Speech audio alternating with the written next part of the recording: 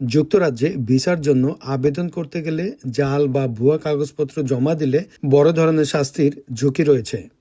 যুক্তরাজ্যের ঢাকা হাইকমিশনের official Facebook page UK in Bangladesh জানিয়েছে, ভিসা আবেদনে জাল নথি ব্যবহারকারীদের বিরুদ্ধে 10 বছরের ভিসা নিষেধাজ্ঞা আরোপ করা হতে পারে।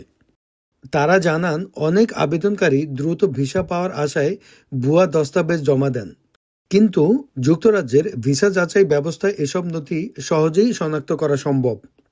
একবার প্রমাণিত হলে তাৎক্ষণিকভাবে আবেদন বাতিল হওয়ার পাশাপাশি দীর্ঘমেয়াদী নিষেধাজ্ঞার মুখে পড়তে হয়।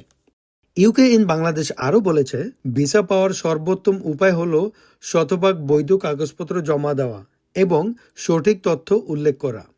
ভুয়া নথি দিয়ে আবেদন করা শুধু আইনগত সমস্যা তৈরি করে না, ভবিষ্যতে যুক্তরাজ্য সহ অনেক দেশের ভিসা পাওয়ার সুযোগও নষ্ট করে দিতে পারে।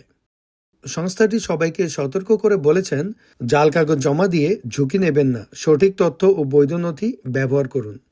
হাসান মাহাদি, নেশন নিউজ, লন্ডন।